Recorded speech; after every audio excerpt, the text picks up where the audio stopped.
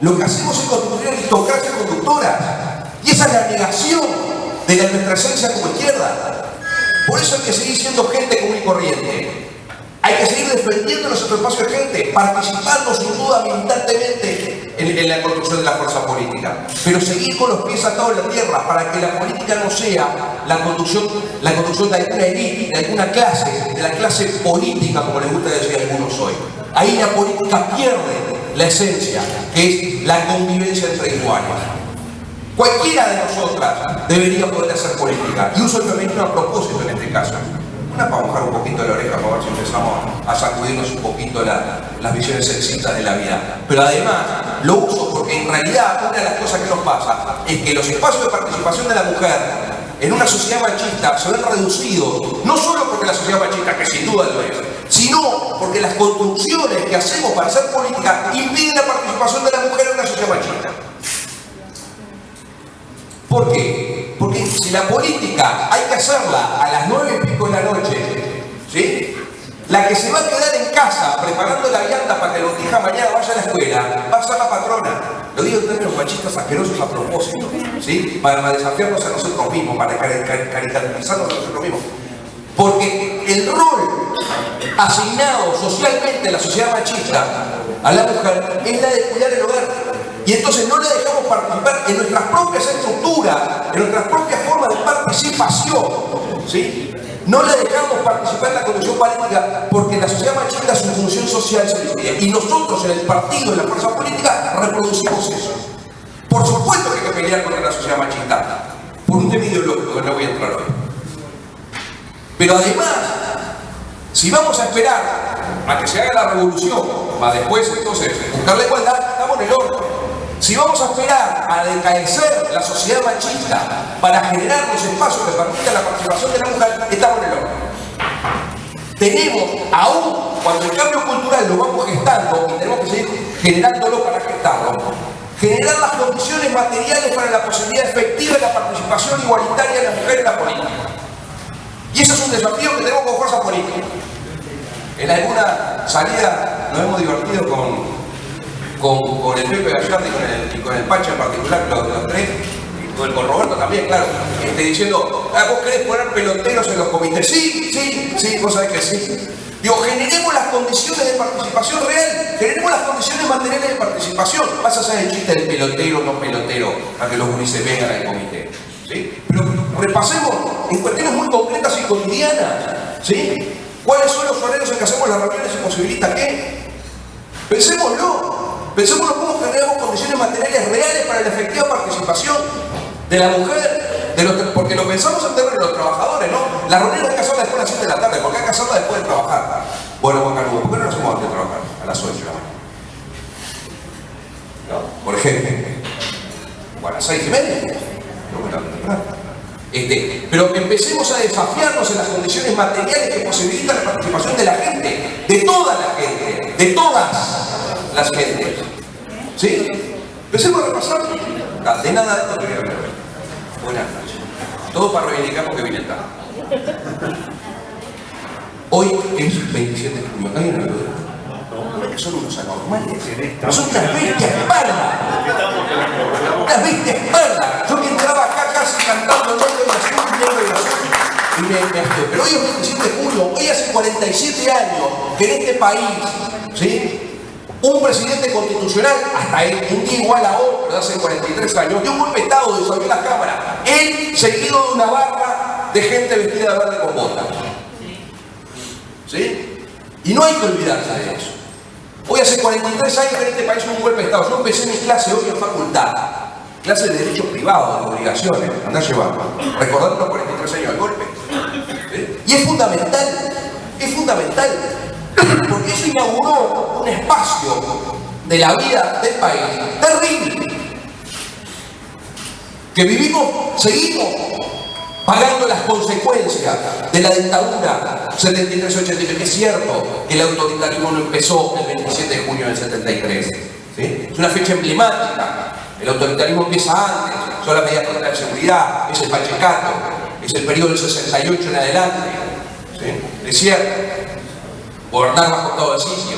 Y es cierto que no se agotó el 27 de junio del 73, uno podría hacer un rápido repaso de lo que fue la dictadura del 73 al 85. Estoy mirándolos a ustedes además, para ver cómo hago para transmitir estas cosas sin que lo vean como historia antigua, como historia Oriente y Grecia, que hablaban los libros de Bonilla de historia, y que les pueda transmitir significado, pero denle 2 minutos a ver si lo logro. Uno puede hacer un rápido repaso de lo que fue la dictadura. El 27 de junio del 73 los más veteranos probablemente se acuerdan. Pensaban que la dictadura era un rato. Y si sacamos la huelga general, la CNT saca la huelga general, ¿sí? El frente pasa claramente a la resistencia, ¿sí? Y uno piensa que la dictadura va y no más. Y no vemos el contexto a veces. No vemos. O vale la pena volver a ver el contexto. El golpe de Estado se había dado en Brasil en el 64. No sé si le suena lo del golpe de Estado en Brasil. En el 64 se inaugura en Brasil un golpe de Estado que es el que inaugura la doctrina de seguridad nacional que después va a recorrer todo el continente. En el 64 en Brasil acaban de dar un golpe de Estado para derrocar a la compañera Dilma Rousseff de la presidencia de Brasil. Atento Castro. También el hecho aquí. ¿Gol de quién? Atento Castro. Ojo con lo que está pasando en Brasil. En junio, 27 de junio del 73 se da el golpe en Uruguay, el 11 de septiembre del 73 se da el golpe en Chile, ya habían dado golpe derrotando a Torres en Bolivia, la dictadura en Paraguay cambia de signo, de una dictadura república bananera de Stroessner, se convierte en una dictadura de doctrina de seguridad nacional, cambia gira, en el 76 hay golpe en Argentina, la región es la política del golpe, el imperialismo claramente norteamericano, con intervención directa de la CIA en los golpes de Estado. ¿Sí? Lean el acoso que les llamo uno de los libros sobre la participación de la CIA en el golpe de Estado en Chile. La participación directa de la Central de Inteligencia Norteamericana en todos los golpes de Estado, también aquí en Uruguay. La dictadura va cambiando, tiene etapas. En el 76, cuando cae Bordaberry, es el golpe dentro del golpe, ¿sí? Y la designación de Micheli y después de que. ¿Se acuerdan que había un señor que se llamaba Aparicio Méndez? Que vivía ahí arriba de Adams, en 18 Aparicio Méndez, que había escrito un libro fantástico llamado La teoría del órgano, había escrito para averiguar de qué era el libro. Derecho administrativo, no importa. Y en el 80, y ahí empieza a cambiar la historia, ¿no? En el 80, el 30 de noviembre del 80 ganamos un plebiscito. Cuando la dictadura intenta, la dictadura cívico-militar, porque los que dan el golpe en el 73 también son los civiles, no solo los militares. ¿Sí? Es más, yo creo que hubo mucho respaldo civil, porque no hay golpes sin respaldo, definitivamente. ¿Sí? Pero en el 80, se pierde el plebiscito, el 30 de noviembre del 80, y ahí yo decía hoy en la radio, con la canción que se Cita Rosa de Adagio en mi país, qué tibieza cuando empieza a amanecer. Y lo sentías, qué golazo fue lo del 30 de noviembre, qué golazo fue lo del 30 de noviembre. Chupe Gile, pero realmente fue una cosa maravillosa. Le ganamos con... Hay un artículo de Gabriel García Márquez publicado en el País de Madrid que se llama El cuento de los generales que se creyeron su propio cuento, que es una joya literaria donde Gabriel García Márquez se refiere a al plebiscito de Uruguay y la pérdida del plebiscito de la dictadura en el año 80. Y empieza a amanecer. En el 82 fueron las internas, compartidos proscriptos, con el Frente Amplio en particular proscripto, ¿sí? Y las discusiones que tuvimos adentro del frente, ¿sí?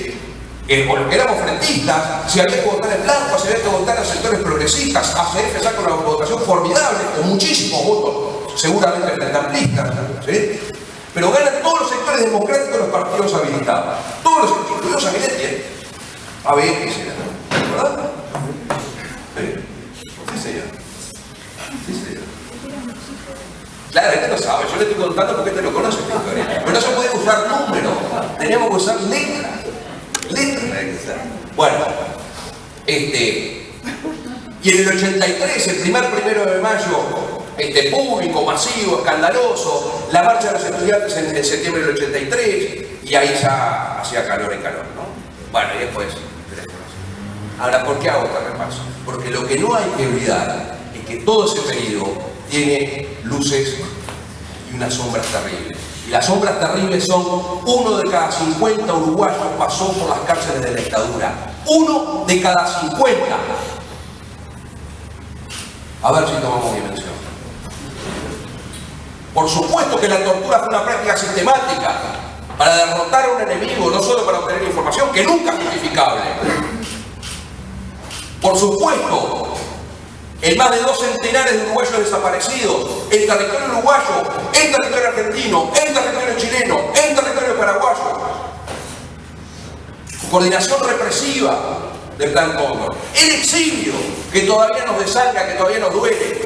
¿Cuántos de nuestros amigos, compañeros se fueron al exterior obligados? Argentina, Suecia, España, Italia, Francia, Suiza, México, Venezuela, Brasil, por supuesto, pero estaba en dictadura igual. ¿Sí? ¿Cuántos se fueron?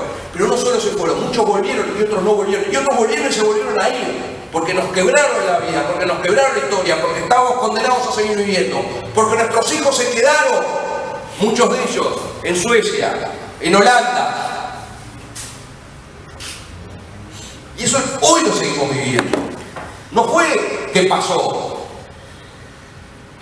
La dictadura, además, fue el espacio del trabajo clandestino. Yo acá no voy a nombrar sectores o partidos políticos, pero hagan cuenta también. La resistencia clandestina a la dictadura. Cada acto, cada mimeógrafo, cada planograma, cada volante, cada pintada en un muro. ¿Cuántos no pegatineamos en el 80 con un susto en la Gran 7? ¿Sí? ¿Cuántos liberarse repartimos clandestinamente? ¿Cuántas caídas de comer? ¿Cuánta solidaridad entre nosotros?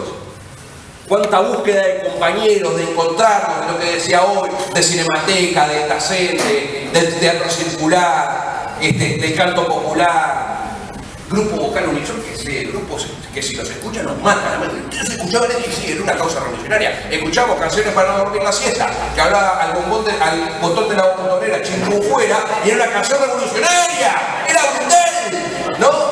Era brutal buscar, pero fue la creatividad formidable, porque esa es la otra cara de la dictadura, la cara de la resistencia a la dictadura, de la organización de la resistencia a la dictadura, que nos hizo súper creativos, súper participativos, súper comprometidos, súper solidarios con todos los compañeros, incluso los que no eran de nuestro partido,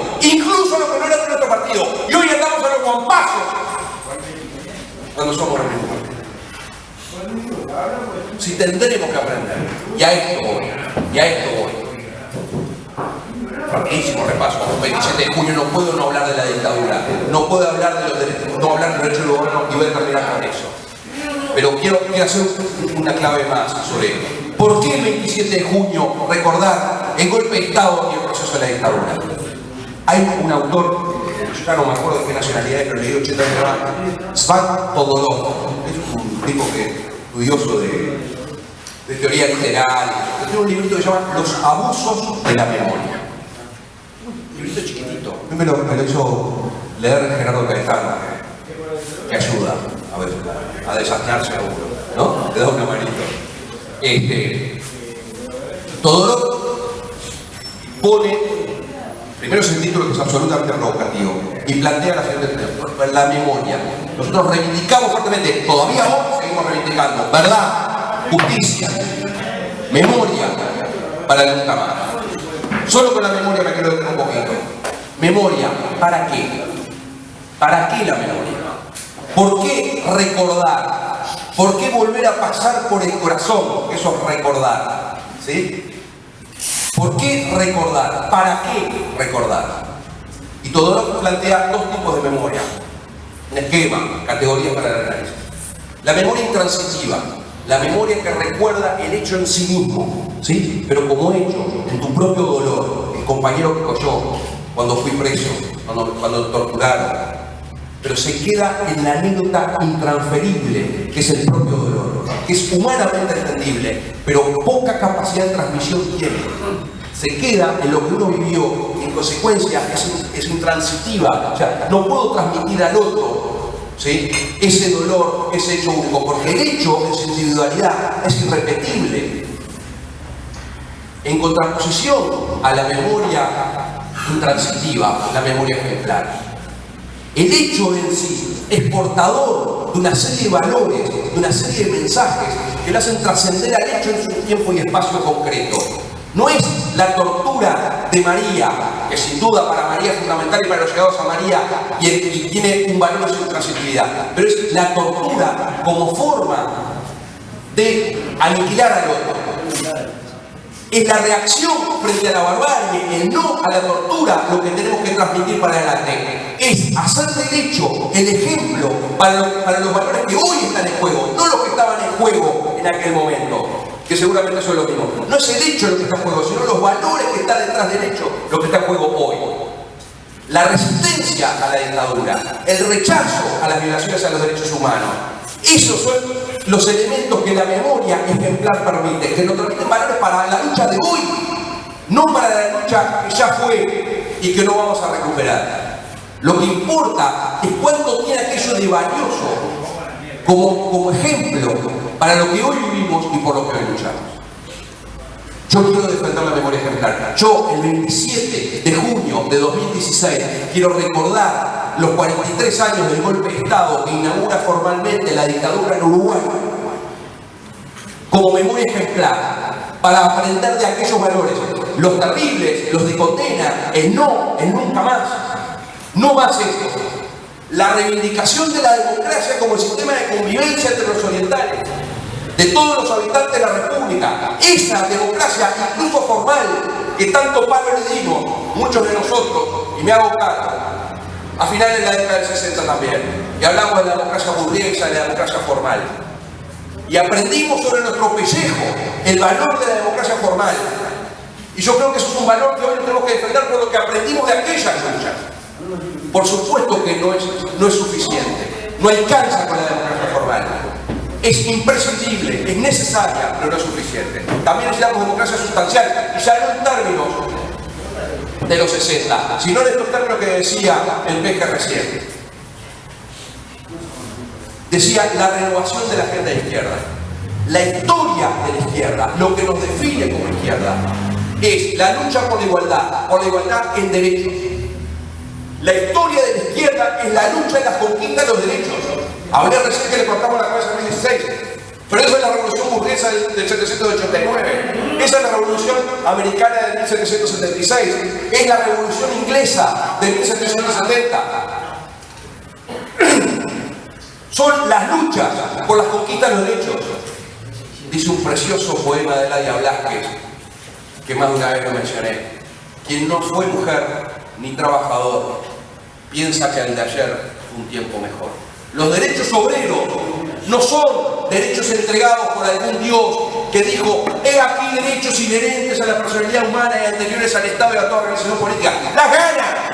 Son las luchas obreras las que conquistaron la limitación de la jornada, el descanso, la negociación colectiva.